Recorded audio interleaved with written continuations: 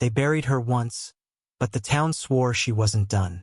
In the winter of 1892, Rhode Island villagers whispered that Mercy Brown, a farmer's daughter, had returned from her grave to drain the life from her family. Desperate, terrified, and convinced of vampires, they dug her up. What they found inside her coffin shocked the entire country and left a question that still haunts history. Was Mercy Brown truly America's last vampire? Before we dive deeper into Mercy Brown's chilling tale, make sure to subscribe to Mystery Diary and hit that notification bell. We're about to uncover secrets that terrified an entire town, and we'd love to know in the comments. Where in the world are you listening from? The winter of Rhode Island in the late 1800s was cold, silent, and merciless. In the farming town of Exeter, snow covered the fields. The winds howled through the trees, and families huddled together by the fire, praying for warmth and survival. Life was already difficult. Farmers worked from sunrise to sunset just to put food on the table. But in those years, there was something far darker than the bitter cold haunting the town. It was not the storm in the skies. It was the storm inside people's bodies. The people called it consumption. Today, we know it as tuberculosis. It was a cruel disease.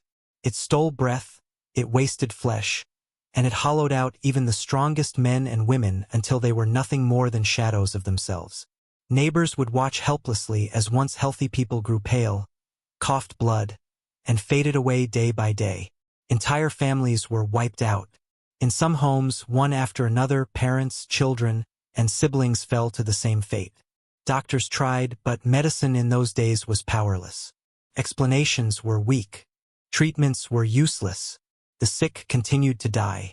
And when science could not explain why families kept losing loved ones, people turned to what they had always known.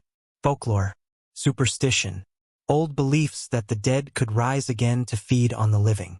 They whispered that those who died of consumption were not really gone. They lingered, reaching out from their graves to drain life from those still breathing. In a place like Exeter, religion mixed with fear, and fear soon turned into certainty. If one family lost too many, the whispers began. Maybe it was not just disease. Maybe someone buried in the cold ground was still awake. And in the winter of 1892, those whispers would rise louder than ever, circling around one farmhouse at the edge of town. It was the home of the Brown family, and soon, their name would be tied to the last great vampire panic in American history. George Brown was a quiet farmer who lived on the edge of Exeter. He was not a rich man, but he worked hard, plowing his land and raising his family with the hope of a simple and honest life. Yet fate was cruel to him, and death seemed to have chosen his house as a permanent guest. His wife, Mary Brown, was the first to fall ill. She began coughing, grew pale, and within months she wasted away, leaving George a widower and his children motherless. But the nightmare did not stop there. Only a short time later, George's oldest daughter, Mary Olive, also grew weak. She was young, beautiful, and full of promise, but consumption took her as well. The family buried her beside her mother. Two graves now marked the sorrow of one household, and still the shadow of disease did not leave. Edwin Brown, George's only son, was the next to suffer. He was strong and hard-working, yet his body could not resist the illness. He grew weaker day by day. His skin turned pale, his breath came shallow, and each cough carried with it the sign of the disease that had already claimed his mother and sister. And then came Mercy. Mercy Brown was only 19 years old when she fell sick. She was quiet, gentle, and beloved in the community. But consumption showed no mercy to Mercy herself. By January of 1892, she was gone, and another grave was opened in the frozen soil. George Brown had now buried his wife and two daughters. His son Edwin, the last hope of the family, was slipping away before his eyes. Neighbors began whispering, shaking their heads, saying that this was not just a sickness. Something darker was happening in the Brown household. They claimed that Mercy had not truly died, that she was reaching out from her grave to feed on her brother's life, holding him between this world and the next. The villagers urged George to take action, to stop the evil that was haunting his family. And though he was a man of reason, Grief and desperation would soon force him to make a choice that would mark history forever. Fear has a way of spreading faster than any sickness. In Exeter, the villagers watched the Brown family fall one by one, and whispers began to fill the frozen air. Some said Edwin was not dying of consumption at all. They said he was being drained, night after night, by something that refused to rest. Mercy's name was spoken in hushed voices. She had been buried in January, yet neighbors swore that her spirit still walked. This was not the first time such rumors had traveled through New England. For more than a century, scattered cases of suspected vampires had been recorded in the countryside. When one family lost too many members to consumption, villagers believed the dead were feeding on the living. Some families had even exhumed their loved ones before, cutting out hearts, burning organs, and using rituals to try and break the curse. By the late 1800s, people in the cities laughed at such superstitions. Science was slowly explaining the disease, but out in the isolated farming towns, old fears still had power. People trusted what they saw with their own eyes more than what a doctor told them. And what they saw in the Brown family was too much death to ignore. Edwin grew weaker every day. His eyes sank deeper into his skull. His skin turned ashen, and his body wasted away. The villagers said that Mercy was pulling him down into the grave with her. They spoke of her visiting him at night, invisible, pressing the life out of him with each breath. The pressure on George Brown grew heavier. He had already buried 3 of his family members. Now his son was slipping away. His neighbors came to him not with sympathy, but with demands. They told him there was only one way to stop the curse. Mercy had to be exhumed. Her body had to be tested, and if she was indeed the one haunting Edwin, a ritual had to be performed. At first George resisted. He was tired, broken, and not eager to disturb his daughter's grave. But fear is contagious, and when an entire community is gripped by terror, even the strongest man begins to bend. Soon George would allow what no father ever wishes to allow, and the village prepared itself for a morning that would be remembered for centuries. The morning of March 17, 1892, was bitterly cold. A pale sun rose over the small town of Exeter, and the villagers gathered at Chestnut Hill Cemetery. Their boots crunched over the frozen ground as they formed a circle around 3 graves. Among them stood George Brown, his face lined with grief and exhaustion. He had not come willingly. He had been pushed into this moment by the fear of his neighbors, by the desperation to save his son Edwin, and perhaps by his own doubts that whispered in the dark of night. The ground was hard with frost, but the men dug anyway. First they opened the grave of George's wife, Mary. She had been buried for almost a decade. When her coffin was lifted, the truth was clear. The body had decayed. Nothing unusual remained. The villagers nodded and moved on. Next, they opened the grave of Mary Olive, George's oldest daughter. She too had turned to dust, her bones brittle, her body returned to the earth. Again, nothing was out of place. But when they reached Mercy's grave, the crowd grew restless. Mercy had been buried in January, only 2 months earlier.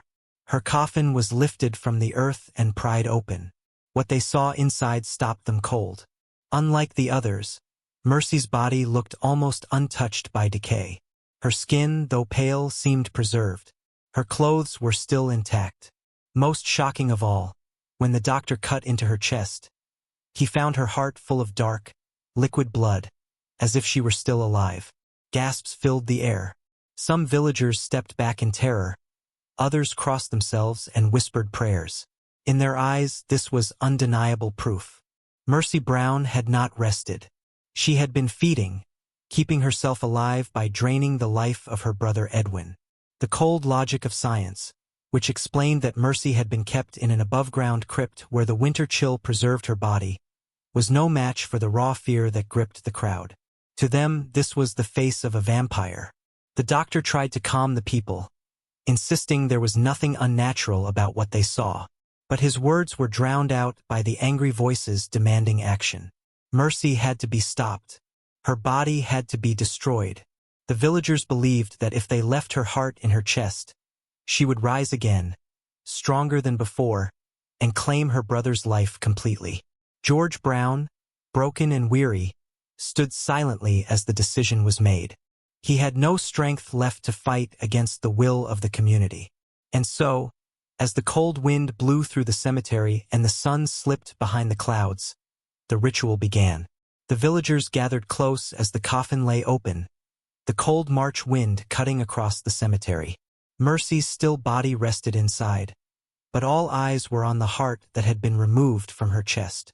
It looked fresh, red, and heavy with blood, as if it belonged to the living. The crowd believed this was proof enough. They whispered that it was Mercy who was stealing the life from Edwin, and that her spirit would not stop until he was in the grave beside her. The ritual began quickly. The heart and liver were placed upon a large flat stone. Wood was piled beneath, and a fire was lit. Flames licked the edges, smoke rising into the gray sky. The smell of burning flesh filled the air. Some villagers turned away, crossing themselves, while others watched with grim satisfaction. They believed this was justice, the only way to save Edwin from his sister's grip. The ashes were gathered carefully once the fire died down. They were mixed into a small cup of liquid, a dark and bitter potion. According to the tradition, if the afflicted drank the ashes of the vampire's heart, the curse would be broken, and their strength would return. The cup was carried to George Brown's farmhouse and pressed into the hands of Edwin, who was now too weak to stand on his own. With no other choice and hope fading from his eyes, Edwin drank the mixture. The taste was foul, and he shuddered as it slid down his throat. His family and neighbors watched in silence, praying that this desperate act would free him from death's shadow. But no miracle came. In the weeks that followed, Edwin grew weaker still. His body wasted away until finally he too was gone. The ritual had failed. Mercy's heart had been burned, her ashes consumed, but the disease continued its merciless work. The villagers had hoped they could fight death with fire and superstition, but death claimed its prize anyway. George Brown was left with an empty home, and the people of Exeter were left with a story that would echo through history. News of the strange ritual did not stay in Exeter for long. Within days, word spread across Rhode Island, carried by gossip and fueled by curiosity. Reporters began to arrive, drawn by the shocking idea that in the year 1892, people were still digging up bodies and burning hearts in the belief that vampires walked among them. The Providence Journal was the first to publish the story, calling it a grim reminder of old-world superstition alive in modern America. Soon, the tale of Mercy Brown traveled beyond New England. Newspapers across the country picked up the headline, some reporting it with disbelief, others with ridicule, and still others with a sense of dark fascination. The image of frightened farmers exhuming a young woman's body in a desperate attempt to save a dying boy captured the imagination of readers from New York to California. For a nation marching toward a new century, the idea that such a ritual could still happen seemed both unbelievable and strangely captivating. Scholars and skeptics dismissed the event as ignorance. They argued that science had already explained consumption, that Mercy's preservation was nothing more than the result of a cold winter and a crypt that slowed decay. But their words could not erase the fact that it had happened. A community had chosen superstition over science, and a family had carried out a ritual that belonged to another age. For George Brown, there was no relief in the attention. He had lost nearly everyone he loved. For Edwin, the ritual had brought no cure. Yet for America, the case of Mercy Brown became more than just local tragedy. It became a national story, one that blurred the line between folklore and fact, and ensured that her name would never be forgotten. Doctors at the time had little patience for what had happened in Exeter.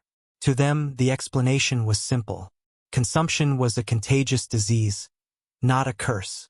It spread silently from one person to another, filling lungs with blood and fluid. Entire families could be struck down, not because of a vampire, but because they shared the same small house, the same close quarters, and the same infected air. They explained Mercy's so-called unnatural preservation in the same way.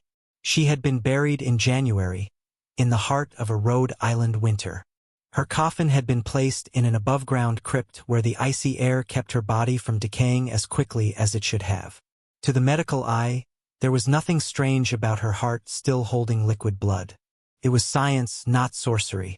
But science had little influence in a place where fear ruled. To the villagers who had stood in the cemetery that day, it did not matter what the doctors said. They had seen with their own eyes a body that looked too fresh, too alive, and they had felt the chill of something they could not explain. Fear does not ask for proof, and superstition does not need logic. For George Brown, none of the explanations mattered. He had buried his wife and 3 children. His son Edwin was gone despite the ritual. Whether the doctors were right or the villagers were right made no difference to his grief. For him, the truth was simple.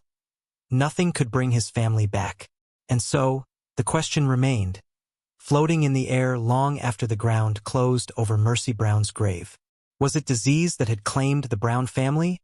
Or was there something darker hiding in the silence of those winter nights? The story of Mercy Brown did not end in the winter of 1892. Her grave at Chestnut Hill Cemetery became more than just a resting place. It became a symbol of America's last vampire panic, a reminder of how fear and superstition can shape history. For decades, locals told the story to children as a warning. Travelers visited the site, curious to see the stone that marked the girl accused of rising from her grave.